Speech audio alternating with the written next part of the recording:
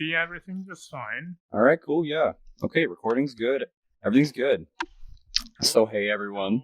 Yeah, today's session is with Tyler Friedel. He's going to show us how to do clean shapes, right? Yeah, lots of clean workflow techniques. It's not even just techniques. It's also a big thought process I take whenever I work to get things super clean and organized.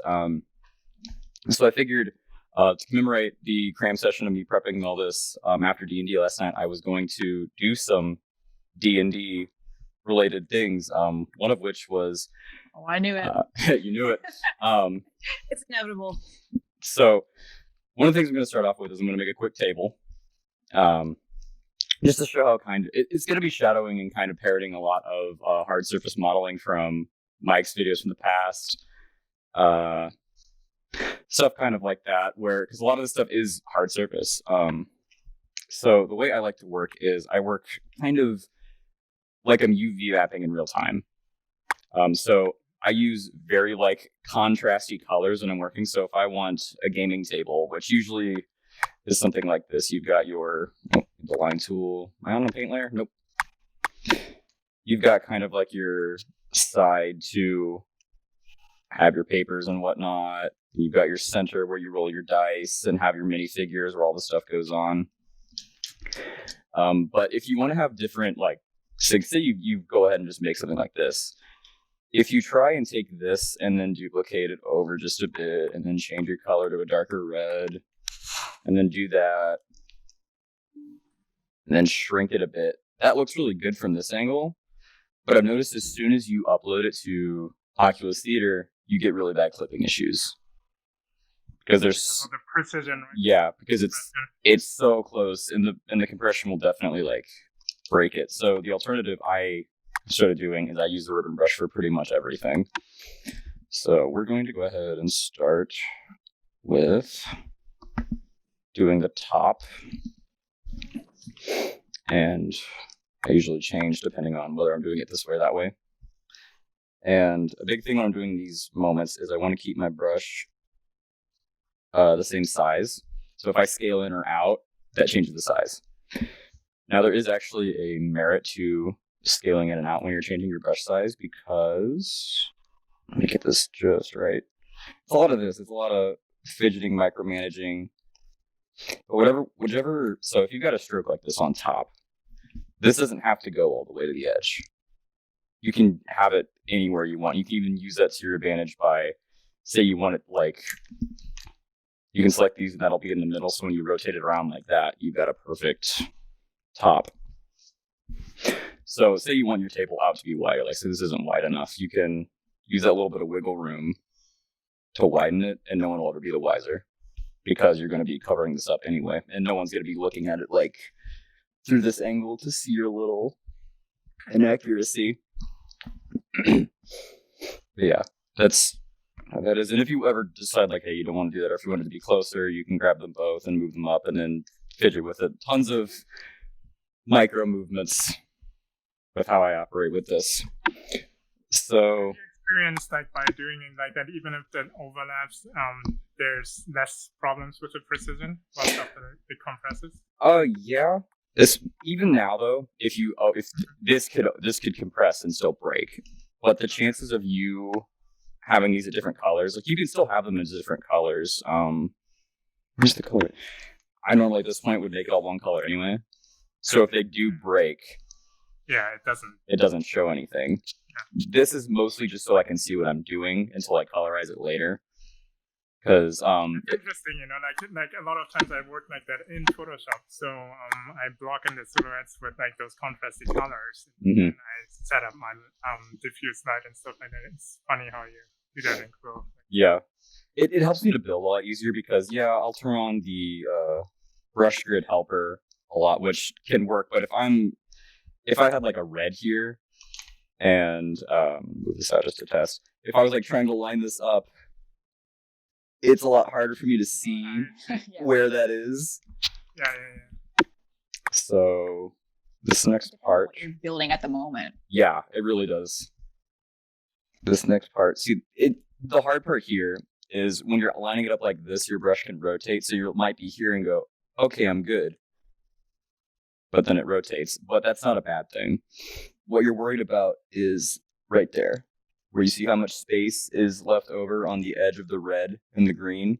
So you know when you go over here, you've got just a little bit of overhang you need to add. And I've seen some people not know that whenever you're making a line, you can grab with the left controller and move yourself. Because whenever I first started, I would think, okay, I have to make this line, so I'll go all the way over here and press and go, and then we've got this line.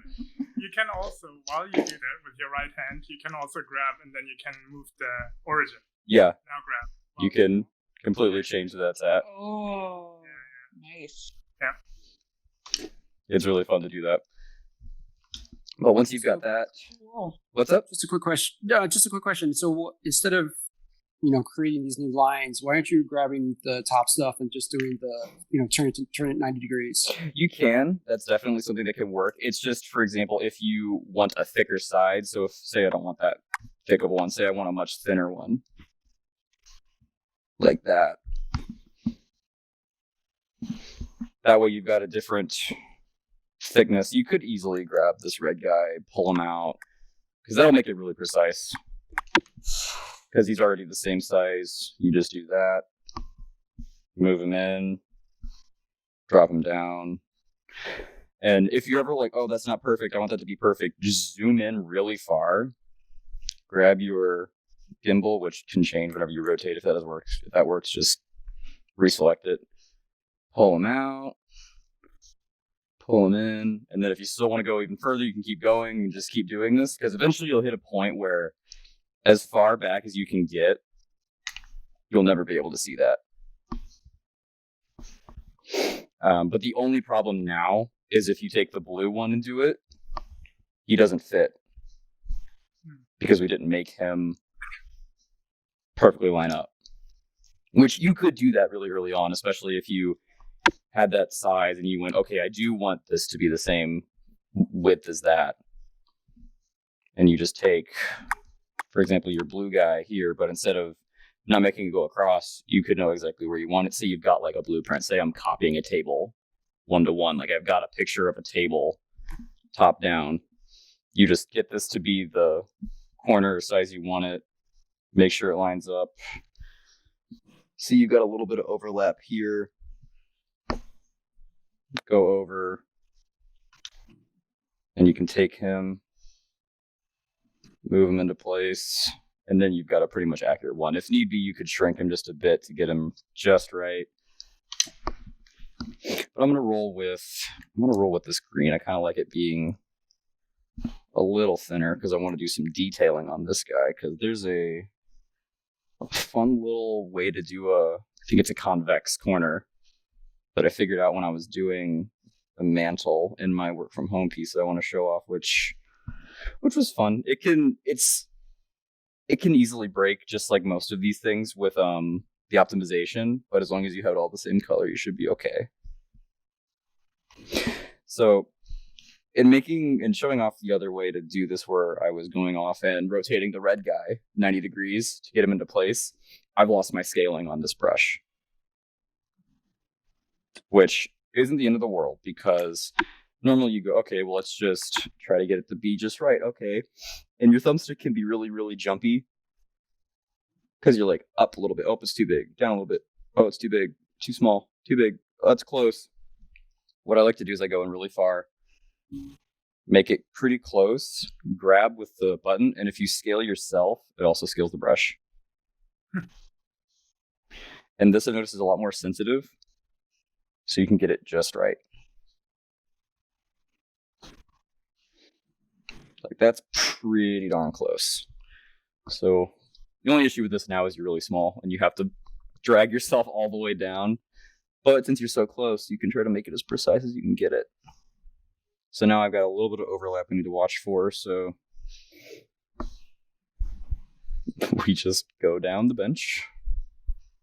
Rowing. Okay. I'm amazed by how precise you work. Actually, I've never done it. Yeah, it's a lot of fun because once you build it, it's like it really feels like this thing is 3D modeled. So that's precise, and that's a little bit off. But if you're working in a cell shaded kind of style, which sometimes I do because it's really fun, and this is just going to add a draw call when you do this. But if you add outlines at the end, you can have this whole thing outlined. That reminds me of the boxes I did at my work from home piece. Like I saw you work before like this when you were live streaming one of your projects that you're working on, and it helped a ton. Yeah. Yeah, it definitely helps me with visibility when I work a lot more because I can see things way easier by doing this. What is wrong with red here? Oh, red needs to scooch down a little bit. But that might be so far away it doesn't even matter, depending on what angles you're looking at it from. Okay, so teal and green are good, so we're going to go ahead and flip them around and double check the other corner just to make sure. Yeah, so they're a little bit over on this side. So we need to take our gimbal and do the opposite direction because we did a 180 flip. I don't know why the gimbal likes to keep its orientation. So there's plenty of times where I have to reverse the movements because normally you pull that way, but because you 180'd it, it goes the other way. So. Oh, I think if you select it again. Yeah, if I select it again, I just have to grab it. Yeah, then it works, right? Yeah. That's not so bad when you're currently here because we're still in like a XYZ plane really easily. But if you've got like some really complex rotations or diagonals, reselecting could be fatal. Yeah. And if you're ever over, like this guy's kind of over, you can grab tool just the side. Push him in. It will just a bit. Like if you look down here, it's still kind of warped. But if you're really careful with it, you can fix it. And if you want, you can hop on the wireframe mode to see what exactly you're moving because it likes to target the centers of it, like these like vertical lines. Yeah. It won't really go after the diagonals as much.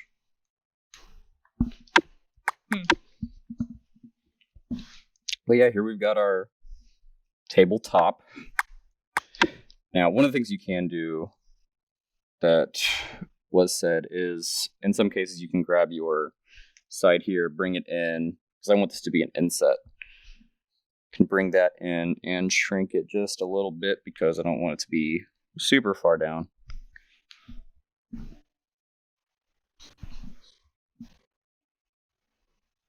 Yeah, reusing pieces is huge, so you don't have to go in, get the perfect spot, because you saw how much time it took me to go with one brush size, go like down the bench, get it precise, down all the way, get him fidgeted, microed in, rotate it, correct for it.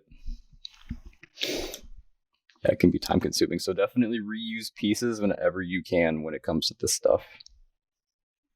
So it's quick. Have you thought about like for this kind of stuff, because it does seem a bit tedious to recreate stuff? Have you done like your own set of library pieces? I've absolutely thought of doing stuff like that. Yeah, I remember I recreated a dining chair for my original work from home piece that showed up in my Chonky Cat one.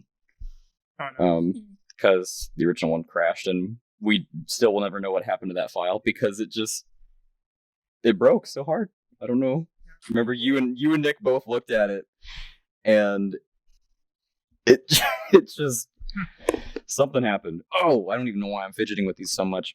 What really matters here is going to be the tops and how far up they go through. Because I don't know why blue is still so low.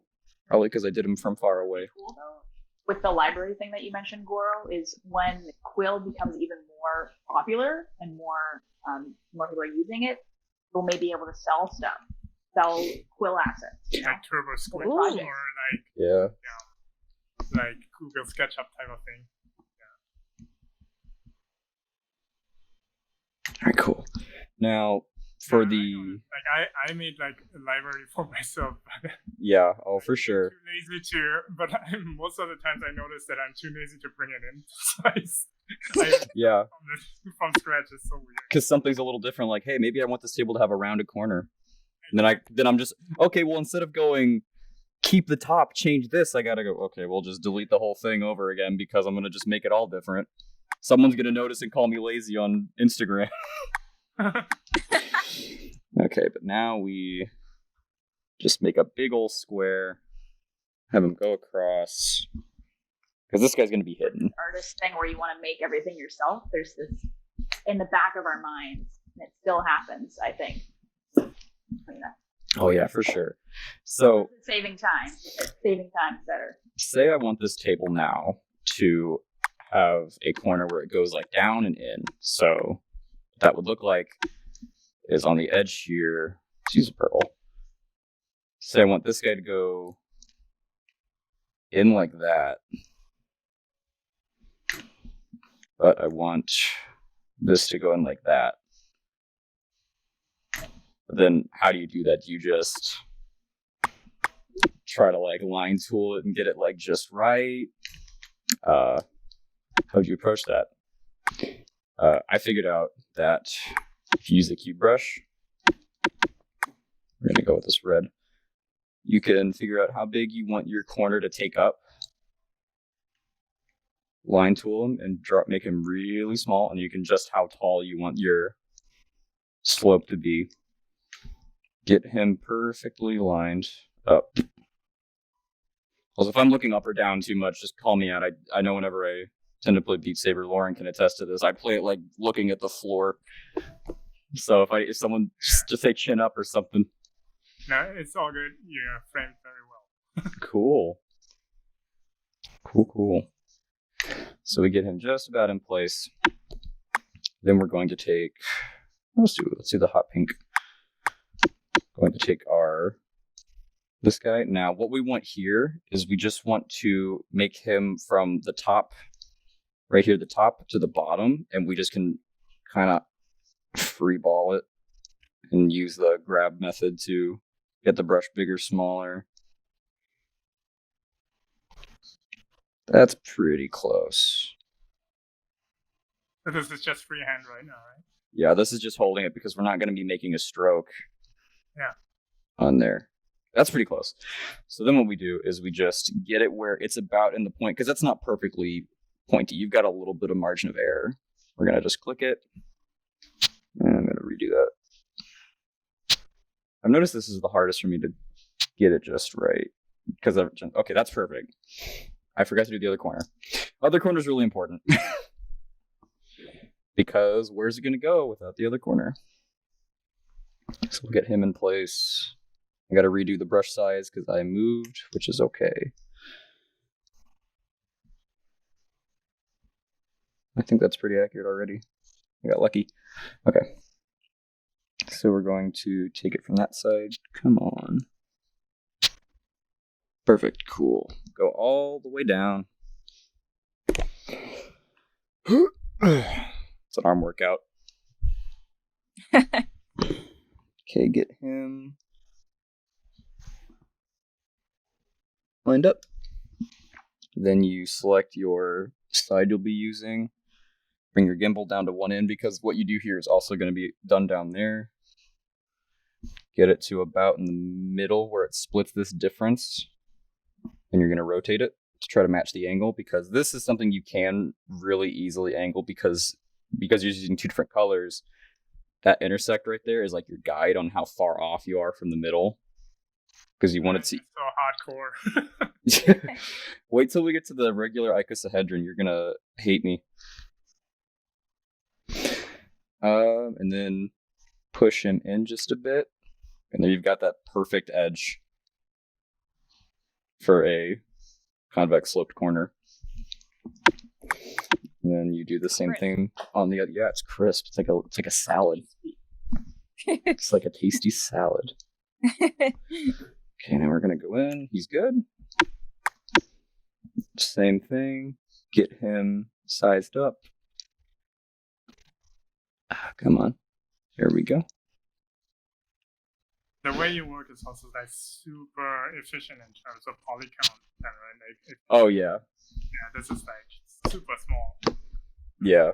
Only using the necessary strokes, and it's easy to optimize too. Yeah, once you just even like get near it with the optimized brush, this thing goes from, because I think right now you're looking at, this is 24,000 polys. He's fine to leave. If I go in here and I go in the optimized brush and like, we're going to do it this much. I'm going to lock this because this is a secret for later. If I optimize just this layer with, oopsies, optimize current layer, it's down to 270 from 24,000 to 270. That's crazy. And you can see in the wireframe. Oh, yeah. Now, if you want to color it like completely different, like say you want a gradient, that you're going to want to do before you optimize it. Because once you optimize it, like you've got maybe Nothing. that much room to add a gradient to it. It's not going to work. Yeah. So definitely color it before you optimize it. Because you might not always want to go for your cell shaded style. You might want to. Like you only optimize if you know that you're not going to change it no more. Mm-hmm. That's your point of no return. So we're gonna get that guy up. Did I goof him up? I might have goofed him. Nope, he's good.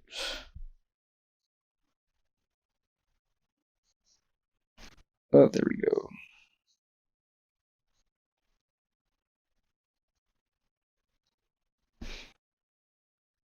Alright, you're good enough. We'll push you in place. Push you up. Okay, so now we've got that.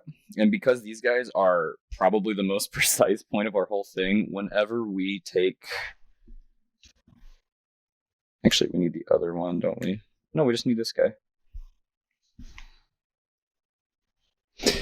Hang on. I goofed something up here mentally. One of these shouldn't be... No, it's this guy that doesn't need to be there anymore. Because that'll offset our center. It's still messed up. Easy fix, though. Yeah, I was dummying through this last night just to build this really quick. This part either worked perfectly or didn't work at all, and there was no in between. And I cannot tell you why. Great. Okay.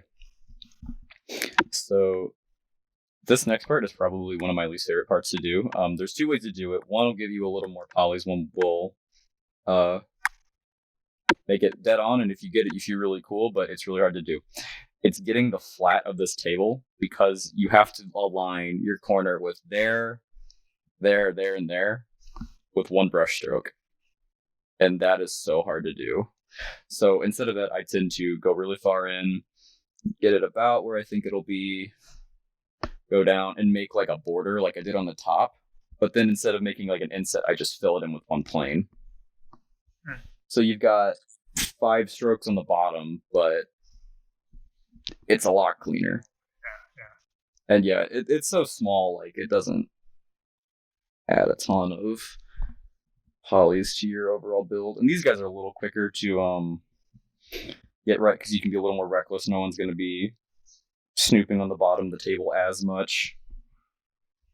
Like over here, it's a lot larger, or a lot more of an overhang, but if you go over here, you can scale it down a little bit, and then you could split the difference. And it's good to duplicate to the other side.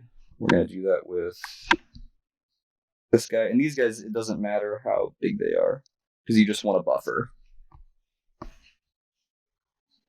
Oh yeah, and because we were so accurate with this guy, as long as this guy just bridges the gap between where the two will be, no sweat. Nothing to worry about. Oh, come on, go down. I'm not even hitting the up and down, I'm hitting the square. Okay, then you flip him around, scooch him into position. Should be using a little bit more of a easy to see color here, because the purple and the orange aren't making it the easiest, but that's close enough. Then you'll go with a really bright yellow. take this color, just cover the hole.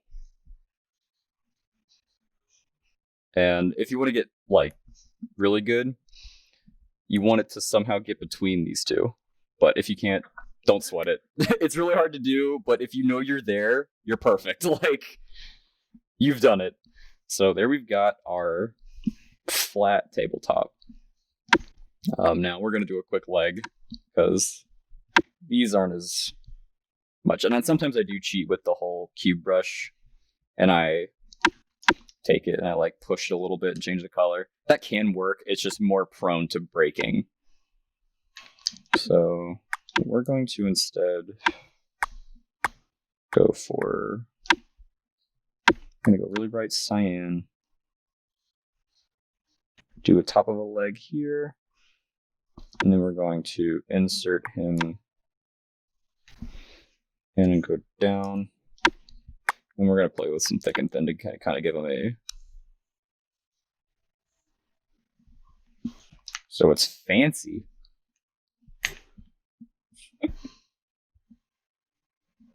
Get him a little more centered because he's a little off right now. Okay, bring him over. Now, if you go for the cel-shaded part, I absolutely have to recommend when you're doing a lot of the duplicating in the beginning, you do it when you build the piece, because now if you were to go back and do it, you have to, you have to go to each spot and do it. And you do this on an extra layer? Yeah, you probably, I usually do, especially because you can change colors. Once I've got this whole thing built too, I usually break it into multiple layers until I'm ready to converge it back down for draw calls. Just so I can change colors. Like, for example, if I would take the tabletop here, put him in a new layer, just so I could... I'm wondering why his UI is dark. This is a dark mode for people that are not aware. In the settings, you can actually change the UI to, in the settings, you can change it to dark mode or light mode. So, yeah. So if you usually have like a super dark background, this UI, when it's bright, can be really hard on your eyes. So. Yeah, like when I did that, I was like, ooh. It also changes how all the colors in your timeline. Yeah. I've noticed, which this was the biggest thing I had to get used to. So I was so used to seeing these colors, but when I switched it, I was like, oof. Because these are so much grosser to beat, but I'm a dark mode user for like everything. Yeah, it's much softer on your eyes. Yeah. But so say I've got this tabletop and that's as a color I want, but I always want to, like, I don't know my palette yet. Say I'm still kind of working with like this more cel-shaded motion graphic-y palette. I'll take the sides and leave them separate. So if I ever need to just do a mass color change, I can do it like a snap. Let's make him a little more blue. I'm keeping it purple. And sometimes it might be a pain to go for these little guys. Just go for the bigger guys first. Just don't do the little guys. Separate all the big guys first, do the hardest ones last, because if you do all the easier ones first, the hard might be left over, and you don't have to ever worry about it again. Because I don't want to go in and like micromanagely hit all these little ones and then be done with it. So I just go for the big ones, and I think other than the legs, they're by themselves. So we're gonna go him with the bottom. We're gonna paint him this dark purple. And we're going to separate the legs, which I forgot one still. That's okay. We don't need 3 legs. Or we don't need 4 legs. We only need 3. And this is our edge. So we're going to take our top color, darken it a bit just so it comes up a little different.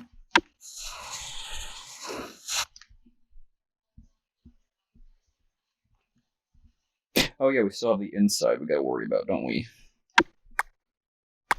Normally I group this all in one thing just so I know where the table is, so if there ever comes a time I could just flatten the whole thing when I know I'm done with it.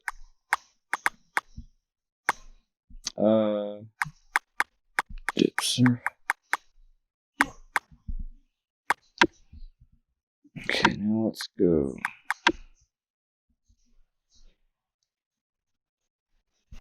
I always go for the corners because you just grab both and it's really easy to do.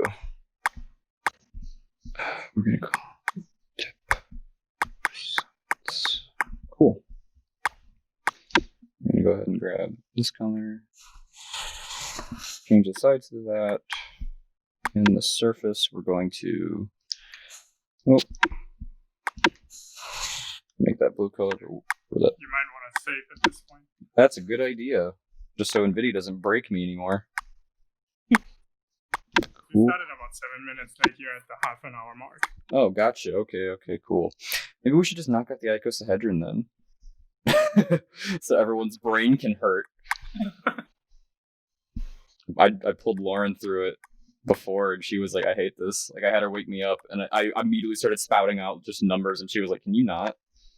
You just woke up. Normally you're like grumpy.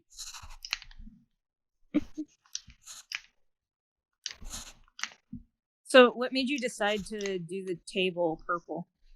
I don't know.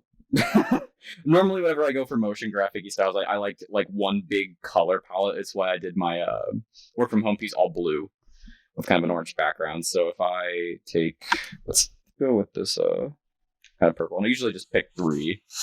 And even if it's not like a perfect lighting thing, it kind of gives it this cartoony look. And then if you just hit the background with like kind of a complementary color, it like pops. Nice. So let's go. Let's do the fun part. Let's do the. I forget. Yeah, I'll do it again. See, there we go. All right. So it wouldn't be a D&E table That's it's in here. without a D20. Better late than never. Yeah, Can you hear me? Yeah. we can hear you, bud. Thanks. So we're gonna go into. I'm very sleeping. I try not to talk too loud. Oh yeah, I'll whisper. So, for those who don't know, the D20 is a 20-sided die. It's used for a lot of things to determine success in many different things in Dungeons and Dragons. It's a 20-sided object called a regular icosahedron. Now, I'm going to get really mathy, and you guys are going to get really mad. I'm going to go ahead and draw it to show you what it looks like. So this is the 3rd time today. This is the 3rd time you've dealt with it, so get ready. Where's my layer? There it is. Okay. It's made up of 20 equilateral triangles. So anybody know 60 divided by 360? Oh yeah, actually using the rotation snapping stuff. Yeah, rotation snapping is killer in Quill. I've never seen somebody use that other than you then, like on a stream actually. Yeah, it's what I use for everything. So really, that's cool though. yeah. So it helps with more precision because I was wondering if there's a way to get even more precise with I don't know, just like moving things without having to kill yourself over it. Yeah, this can be for all kinds of just stuff you want. Like if you want, say you want like a whole circle, you could do like 30, and then when you snap it, you've got like a lot more choices on how you want to do things. Cool.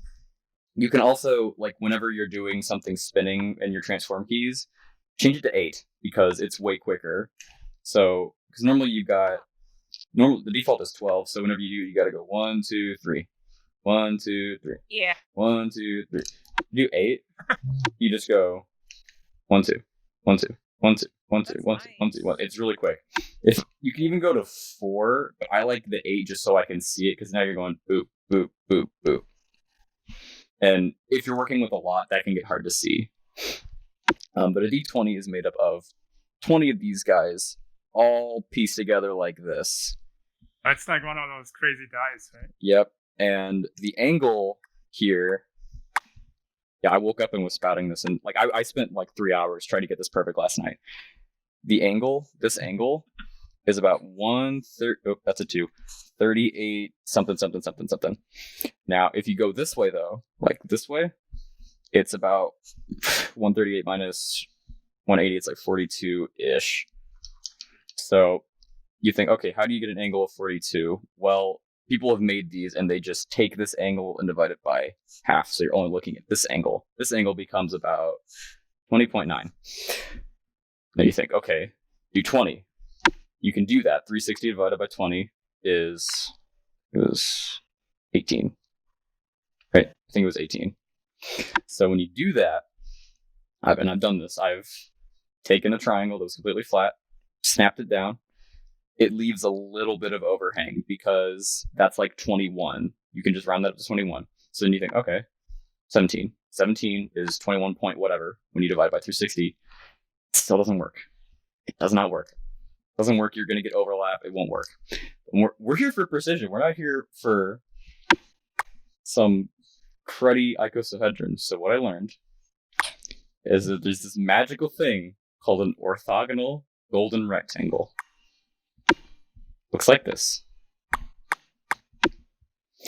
Now, I don't know the math. I'll admit I don't know what it is. Because look at that. It's the gist of what I got is you take a single square, you find its halfway mark, then you go to the corner. And then from that corner, that is your radius from that point. And then you end the rectangle up there. Now, that's irrelevant. We don't need that. What we do need, though, is the actual square, which is why I just saved the image so I don't have to do the math myself. So you get yourself a nice color that you're going to see, which we're going to change this later because our gimbal needs to be visible. Going to get it as close as you can get it. Oh, that's not the line tool, so I have to do it all over again. Yeah, that's the most annoying part about doing this kind of method is you're like, with the brush tool, you're like, I've got it. So then you got to go back to the line and do it all over again. Oh, it's a pain, isn't it? But we love it.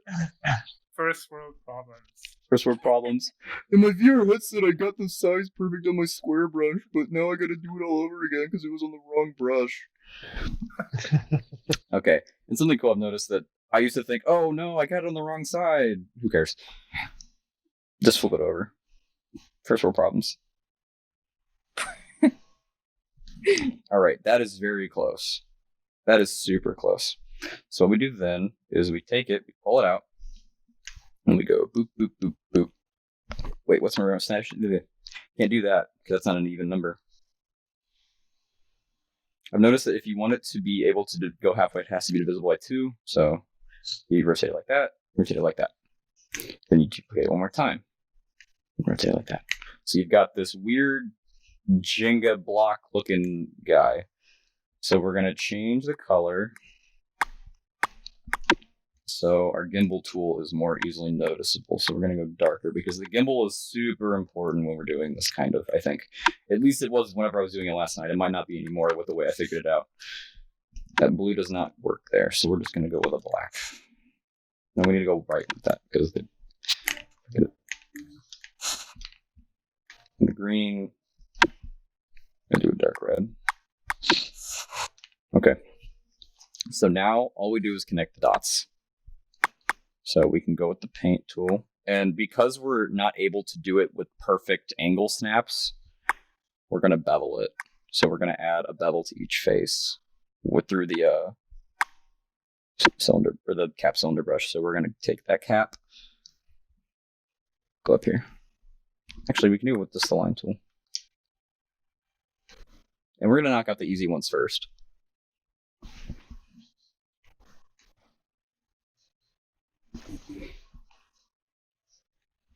But it's this thought process of knowing that you can use these angles. You can use the angle snap tool to do what you want. You don't have to just make a D20 and go, I did it.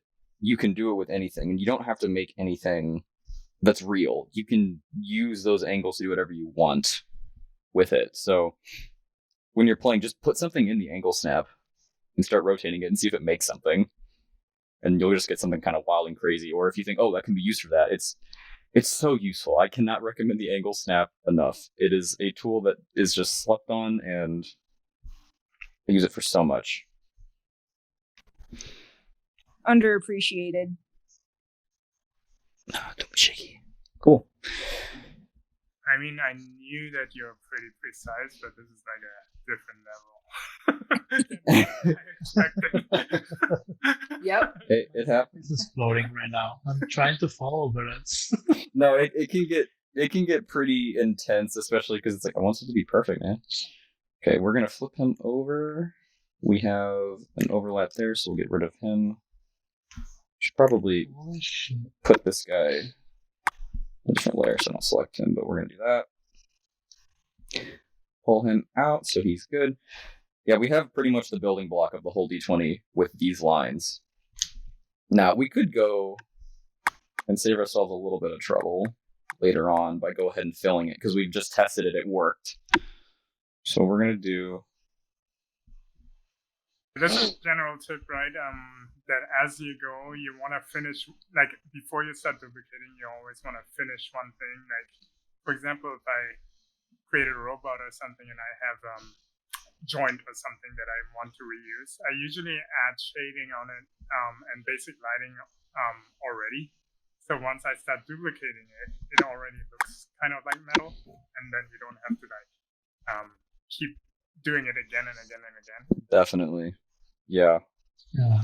That's such a big one too, because if you were here for Mike's stream, whenever he made the tire, he built one piece of the tire, so it looked like let's do it really quick. It looked like that, and you had it like jut out here and go in here. This is what a tire looks like, guys. This is a tire, but it came in like that, and then he went down here and then just did it the whole way around, so you had this shape. That is cool. And then you can go in and like color it. So yeah, what looked really dumb actually kind of looks like a wheel now. I'm surprised. Or you can put it as a. Oh, you already did it. What's up? As a tabletop decoration. Yeah, you can. You know what? Here's your snack bowl. It's the ashtray. It's the ashtray. For There's your snack bowl. It could also be like a hollow peppermint. A hollow peppermint. There you go. All right. So with these faces, because they do get a bevel, they do get this little stroke, they don't have to be perfect. They can be a little mangled. They can be a little messed up, because when you look at it from like back here, these are the same color really quick, which I'll go ahead and do just so you can see it. Because here you can see there's like warp. If I color it, it's just a face. Kind of looks like architecture. Yeah, it kind of is, you know? So we're going to go ahead and take our one face, flip him around. Get rid of this guy because he's next. Take him, rotate him. Get him. That's when it feels good, right? That's when it feels really good. Yeah, this is when it felt really great, because I struggled for forever trying to get the stupid angle. Oh, there is a way to make it angularly perfect. There is a way, and I will dig into that once we get this guy figured out. But you'll even I'm like, this is too much. I'm precise, but this was too much for me, because I would be here until I passed out. And this worked fine. This is working great. It's not 100% perfect, but You should pat yourself on the back. I'll make a little hand to do it really quick. virtual cat.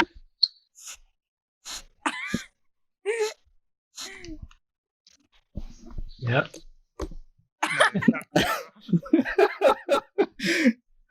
Okay, now these guys, you just plot them in place, get them as good as you can, because to get them perfect, you would have to do the method I'm about to get into. You know, this is like a really good lighting practice too. If you put a light source now and then practice how light bounces and stuff. Oh, for sure. So many surfaces that react differently to light. So just had an idea to use something like this for explaining lighting. Oh, for sure, yeah. Really cool. See, and if this doesn't work as easy, but if you want to add the numbers, then you just go in and sketch them in. You could try to duplicate them in, but like since they're changing on every single side. And then you give it to Daniel to animate the physics when you actually throw the dice. Yeah, because the dude's a guru when it comes to like physics and particles.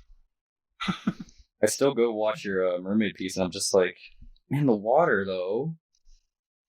2D animation, dude. Just bro. It's all a trick. It's all a trick. It's all a trick.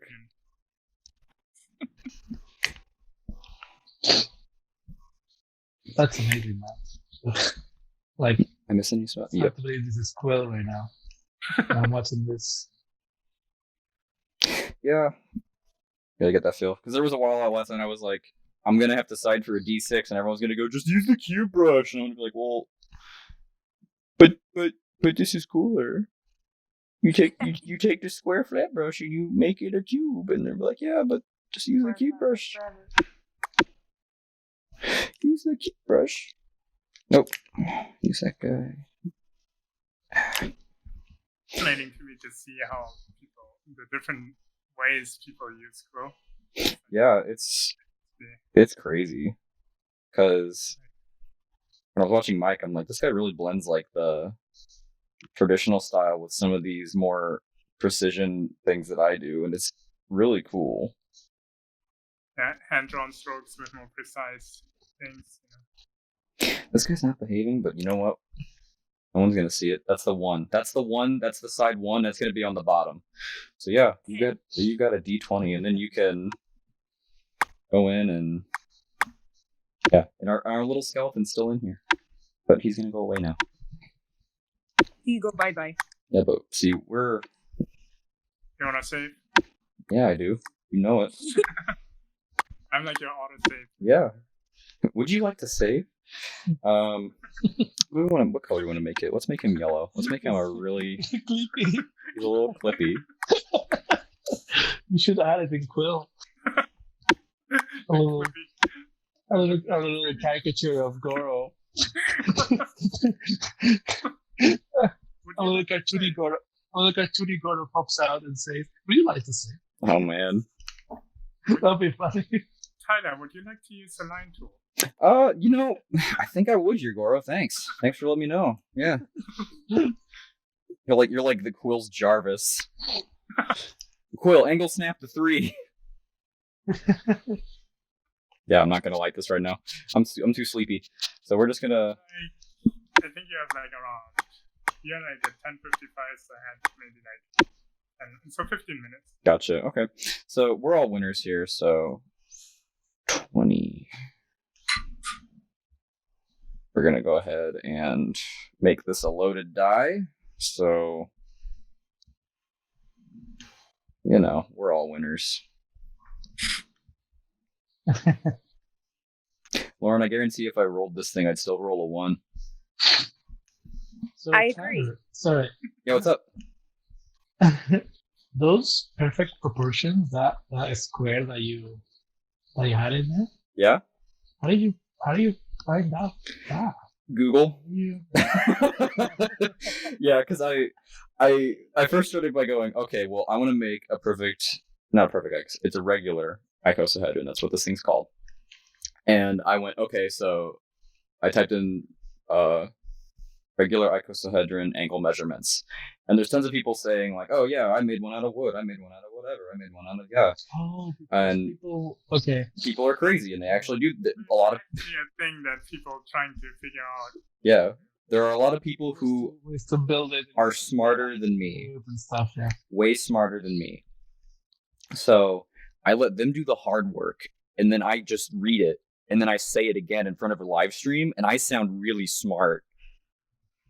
So That's how that worked. No, I remember seeing the image of the kind of like the skeleton framework, this guy, and I was like, what? So I just thought it went, if you just took a like a square, you went like, okay, cool, we'll just do this, we'll rotate it down, flip it, and I did that. I'm like, cool, now let's go ahead and make the, connect the dots really quick, and then I'll take this green color, and then I went like boop, boop, boop, So and then I went, people use I'm like, that's wrong. skeleton. Yeah. So and then I had to look up like, what is this square? What is this rectangle? How do I get it perfect? And then Wikipedia was like, here's the perfect example. This is how you calculate it. I'm like, I'm just gonna screenshot, put it in. But yeah, here we've got our D20.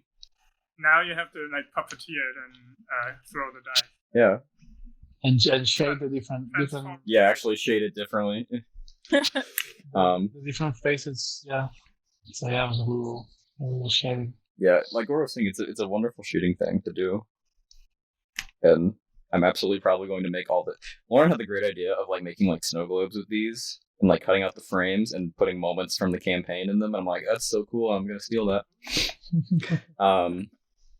But if you want to make the angles perfect, I'm going to use this as a quick...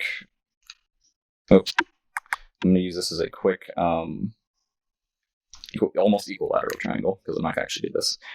So this is like a different way to do this. This is a different way to do it, but don't do it. Okay. Don't do it, because it's insane. So what we were going over with the math earlier, this angle right here is about 42, 41 degrees. If you go inside and like you put a fake line going up and down here, because just for the sake of this, you've got this angle. If you split it, this is about 20 degrees, because you only need to worry about that. So if you've got like a flat thing, that 20 degrees is important, just because if you've got this like flat angle, like this is your starting angle, you don't need to worry about moving it 20 degrees that way. So I'm like, how do I get to that 20.9-ish degrees? How do I do that? And the answer is you take it, you move it right on its edge, you go all the way up to 30, you rotate it. What that did is it just rotated it 12 degrees. Then you go down to 29. Rotate it back. That is a difference of 0.4 degrees. And you do this 54 times. That you have a problem. And here's the thing, not only do you have to do that 54 times to get the angle just right to rotate it, you have to do that 20 times. That is like 2,000 times to do that. And you're not even still perfect. It's 20.8 is the closest you get, not 20.9. So I was like, you know what? We're just going to do this guy because he's fine. Like, even still, there's like a hole I saw somewhere in here that, because it's all one color now, it's hard to tell. And even when you shade it, it's still an easy fix to do. You just beef up your bevel a little bit. But the final thing I wanted... Can you inflate that thing really quick and see what happens? Yeah, we can give it a shot. Yeah, sure. Let's see what it does. Oh, look at that.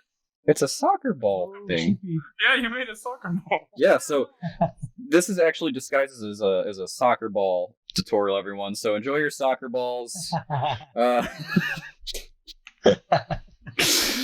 Oh man.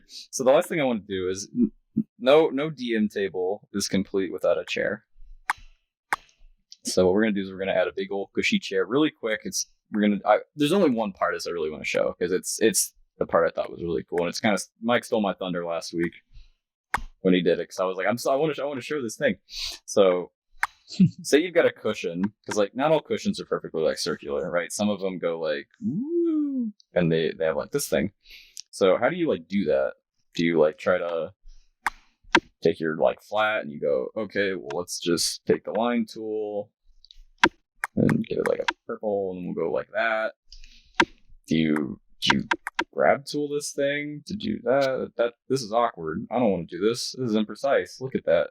It's kind of cool, but look how good that looks. Look at it. It's great. No, we're here for precision. So what we do instead, actually I'm going to leave that sketch there. We're going to take our green. We're going to go from the front to where we want the cushion to end in the back. And let's actually add like a seam to him really quick. So let's put you on a new layer. You're going to be invisible. Not invisible. You're going to be opaque. Transparent. What's the word? You're going to be a dark green. Is this supposed to be a French curve? Sure. I think so, yeah. I don't know. Cool. You know, another pro tip, name your layers. Because I get into this really bad habit where when I check to see if what's what, I actually sing the Elmo's theme song where I go like da-da, da-da, da-da, da-da, da-da, and then The easy way, you probably use it too sometimes, but I turn on the select in all unlocked layers, and then when you select the stroke, it jumps. Yeah, I've done that before on really complicated ones. If it's a quick thing like this, I usually sing the Elmo song, but, you know.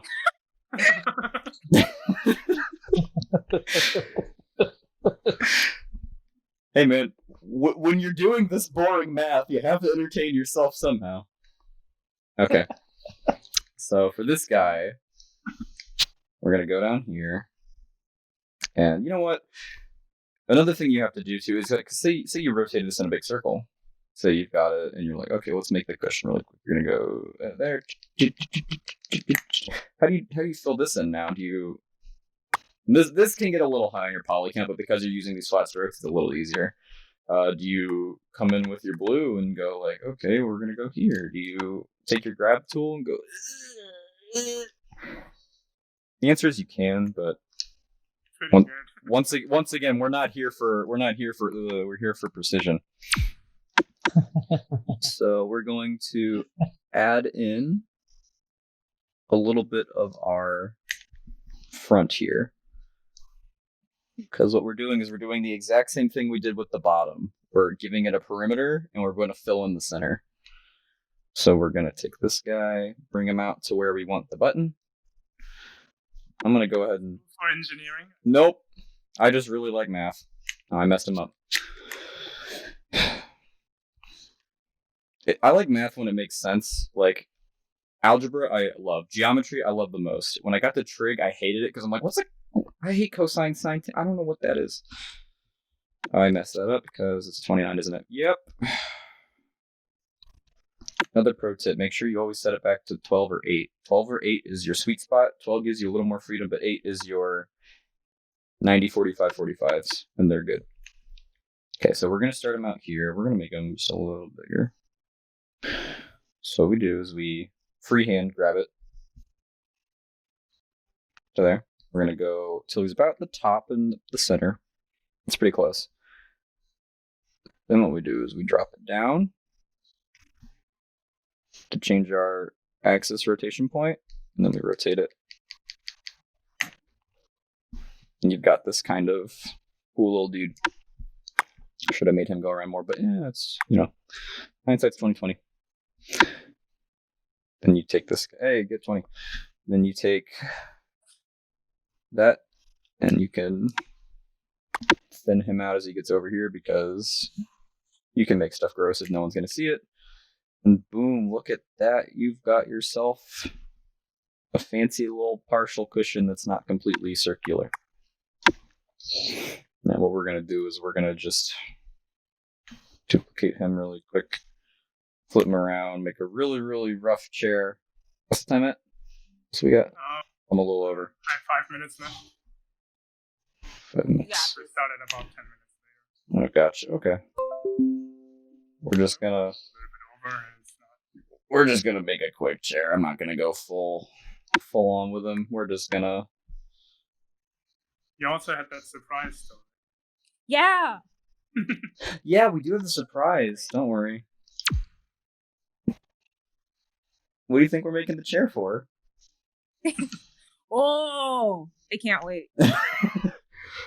He's got a little thing I want to show on him too. That I was using when I built this character. So we're not going to worry about the back too much. Like we're just going to look at it from this is a beautiful picture. Top, we're just gonna make this all in 2 tones and then submit it. Yeah, you can. I could do that really quick. It's true. I'll have to clean it up and patch him up a little bit because that bull's got stuff going on. It just needs snacks. It just needs some snacks. Like peppermint. Like peppermint. You're right. I should be using a different color for this, but I'm not. Look at me. That's exactly what y'all are doing. You look at me. Anybody here watching Practical Jokers? I used to all the time. Yeah. So I have a really bad phrase that I stole from them, and Lauren knows it. There's a bit where Q is working at the hibachi grill, and they tell him to look at all the meat and keep being like, "Is this one cooked? Is this one cooked?" And then they just say, "We're just here to cook it enough." And that's what I say when I've officially lost my care for something, and I just try to get it done. I'm like, "I'm just here to cook it enough." Which that's what we're going for with this chair. We're just here to cook it enough. So we're having not half baked, but just enough. Just cooked enough. Okay, we're gonna add the blue bottom here.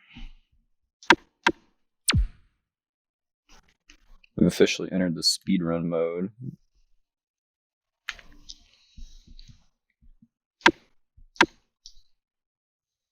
So when you did your Chunky Cat piece, for example, did you do it to this degree of precision like the table, or more like what you're doing with the chair right now, where it's... There were definitely moments where there were a bit of both. The table was a good portion of it. I think the stalls with the bread were absolutely the table. The cabinets were a little more to the chair because they were a little further away. And you can really easily get like the quality of both and to show up in either, so it's kind of hard to tell. And mixing them, especially on some of the lesser elements, can really save you some headache because yeah, I mean, the people, like, you spend time on the stuff that's like in the center of attention, right? Yeah, like obviously you'd come back and fill this thing in with like a mini battle map and stuff, and there's some things that are going to be like there but aren't holding your eye. Like no one's going to be paying attention too much to the chair unless you put a lot of attention in the chair, which in case, go for it, put attention into anything and people will notice it. Because like if I made this thing super detailed, out of leather shine and the leather sheen, all that other stuff, people are going to be like, wow, that's crazy cool. But if I don't, then they're just going to be paying attention to the cool battle map I'm going to make. So plot twist. Sometimes like invocation is better than like fully rendering out everything, because like I don't know, the center of attention depends on where you want it to be, like within the piece. Now we're just going to move him back. My left controller might die here, so if it does, I'm just going to replace the battery, but no biggie. Yeah, and then if you... Oh, there it goes. Let me go do it.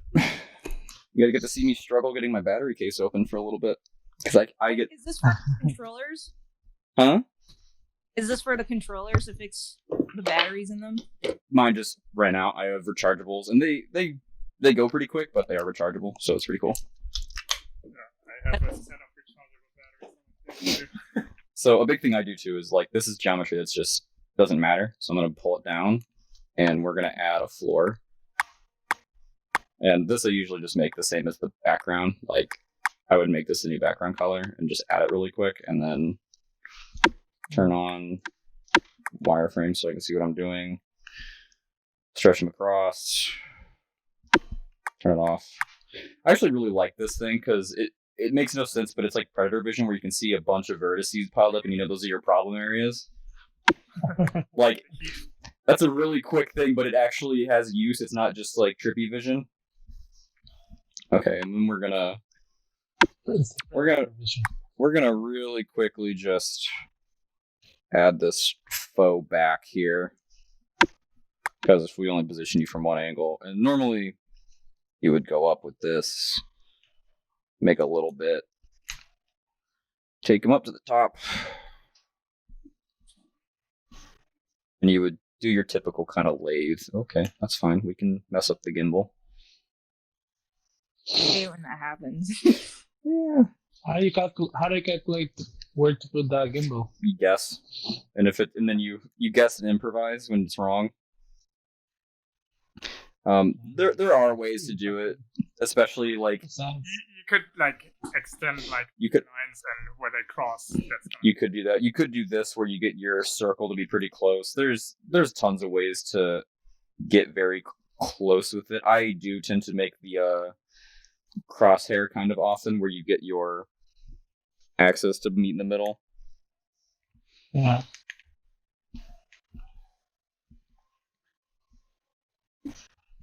We're gonna just break this guy, tweak him a little bit to be better.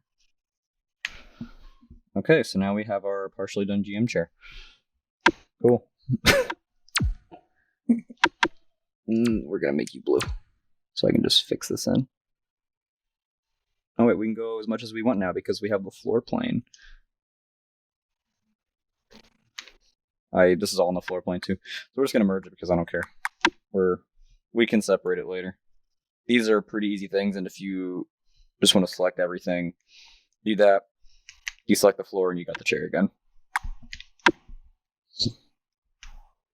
Pull into the other side. Take some of the other stuff with you because you didn't want it. Because things are hard to let go of. Just like in life. I'm like Bob Ross now. No, that's Mike's job. I keep name dropping Mike this stream. That's crazy. Sponsored. I'm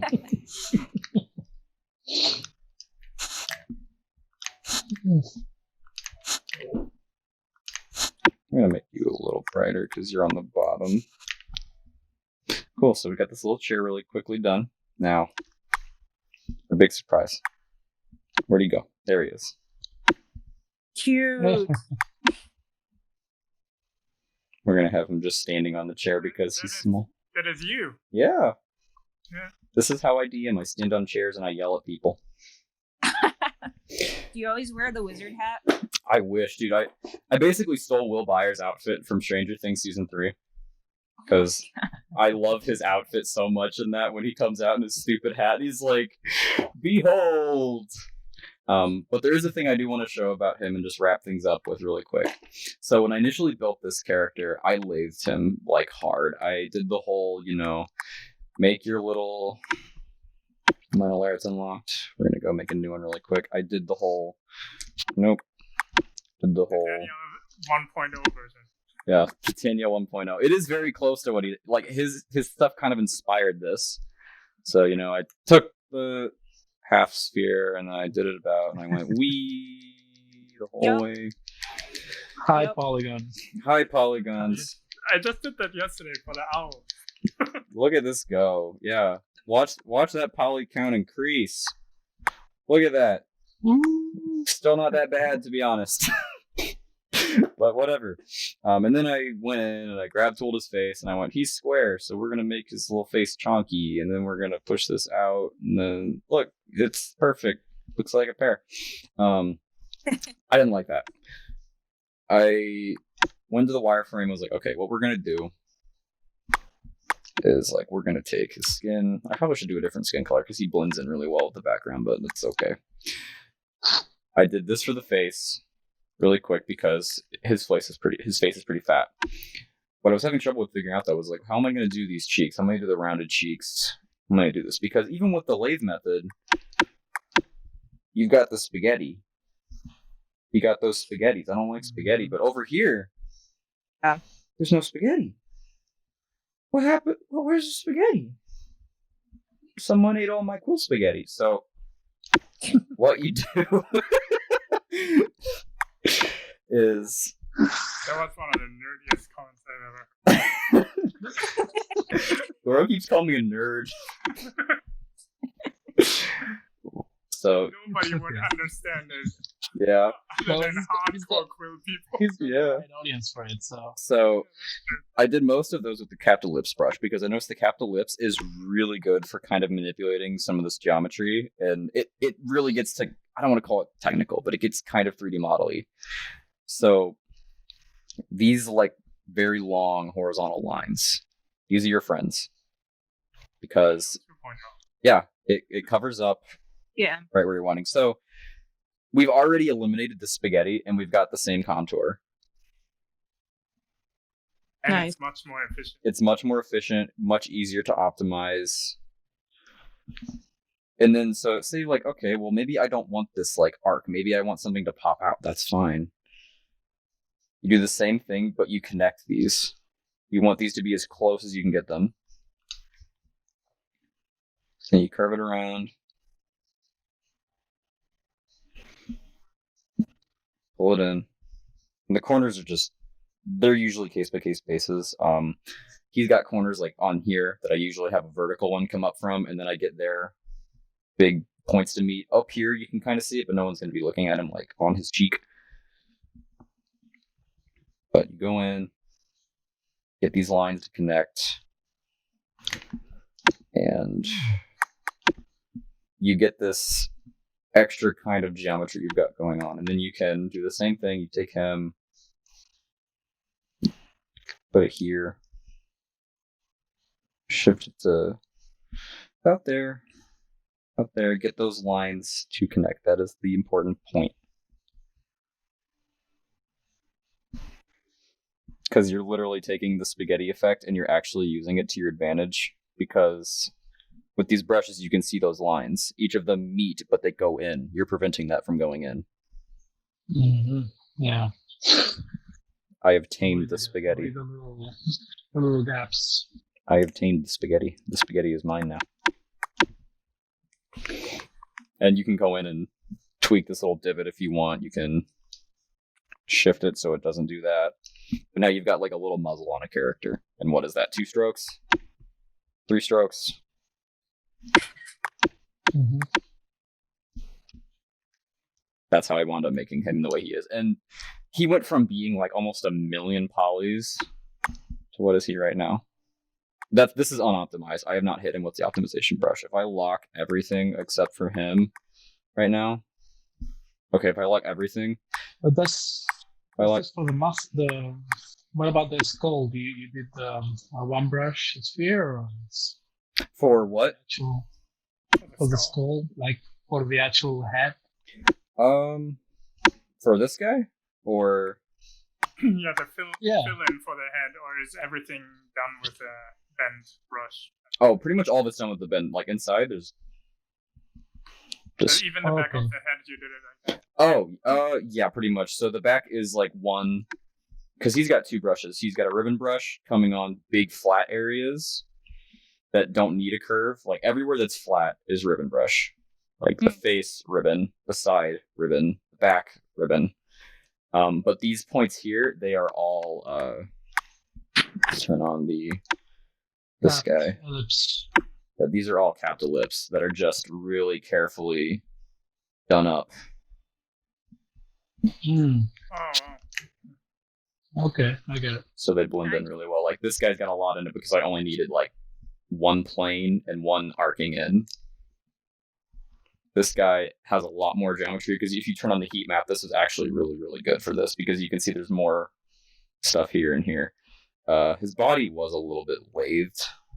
It was ultimately, I don't like the body. I'm going to change it because I actually want to use this character stuff. But yeah, that's how I tackled that face. But I felt like that was something I definitely wanted to mention. Probably not build the whole character because it would have been kind of a repeat of your face stream, Danielle. But I didn't want to steal your thunder. So I did want to point out that you can use the kind of spaghetti effect to your advantage actually by making these long horizontal lines go to where you want them. And you get this really... What Daniel said in his stream, like knowing how Quill's strokes are built, right? So that actually help you also with shading. I guess like when you would colorize him with shading, this might not work Yeah. as well, right? It's not going to work at all because... Yeah, because you have different faces, and different directions of strokes, and yeah. So this specific thing, yeah, it does work a little less because he's more of a cel-shaded cartoon style. If I was to go for something where I did want shading on the face, that's going to take even more thought because you're going to have to think, okay, well then, not only do I have to, I'll be following Danielle's method of like actually doing how the face structure works and having it go like And also, down over. Also, yeah. And also taking in account the shadow. If you wanna do like a hard shadow, like an anime style shadow, you could build the strokes to have that shape of that Yeah, for sure. that edge of the Intersect, shadow. right? Where lines intersect, you just design it in a way that you can. Yeah. Hard edges So and you soft basic. edges. Yeah. So basically, you're building the character based on the shadows that he's gonna have. Using the same method. That's Cool, it. man. So we're like 8 minutes over. 8 minutes over. I didn't try. That's close. We were close. You might want to save at this point. You know what? That's a smart idea. There we There go. we go. Look at him. Nice. Super cool. Did you build guys. the hat? Is the hat like a high res or is like? The hat is actually pretty simple. It's a quick cylinder like that, and if you just beat it over the head with the thickness, Yeah. you get a pretty decent like round bit here that you don't have to lathe or anything. They behave a little weird when you grab them, but I just stuck it on his head, and then stuck this guy. I'm gonna turn on this guy so I can That's see. for the base. Yeah. Oh wait, I forgot to make it thin. Now he's got a stovepipe hat. Now he's Lincoln. Do that, grab tool, and I couldn't just bend it because it breaks, so you gotta just bend it real slowly. Oh, you can actually. The inside fallout helps sometimes. Too. Yeah. Yeah, if you use that exactly. But it might. Oh yeah. Exactly. Yeah. And then for the stars, I just. Cool. Yep. Those triangles. Yep. Come down. Guess what? Rotation snap. 20.1 degrees angle, right? Oh yeah, that's true. Very important. If you don't get them 20.20 whatever degree angles, why are you even in Quill? Wow. That's great. That's Yeah. That was so fast. I'm telling you, rotation snap is your friend. And then you just add the little lines and you go boop, boop, boop. What was the number on the? 5. Because yeah, and if you want, I mean, that's how many points you've got. So you go about the middle. If you want a 6, guess what you go? 6. cool. Wonderful. You'll never guess how many snaps you need if you want to go 7. I'm very bad with math. I'm gonna say 7. You're right. Nailed it. Yeah. But yeah. But Got him. Wow, That's great. that's really impressive. Yeah, it's very different. Thank you so much, take on Tyler. it. yeah, man. Oh, yeah. Yeah, if you want to stop the recording now. Maybe. I will do that so that way people can share their SSNs. So if you guys want everyone's credit card information, be sure to actually attend the streams on the Discord. All right, I'm gonna stop it now.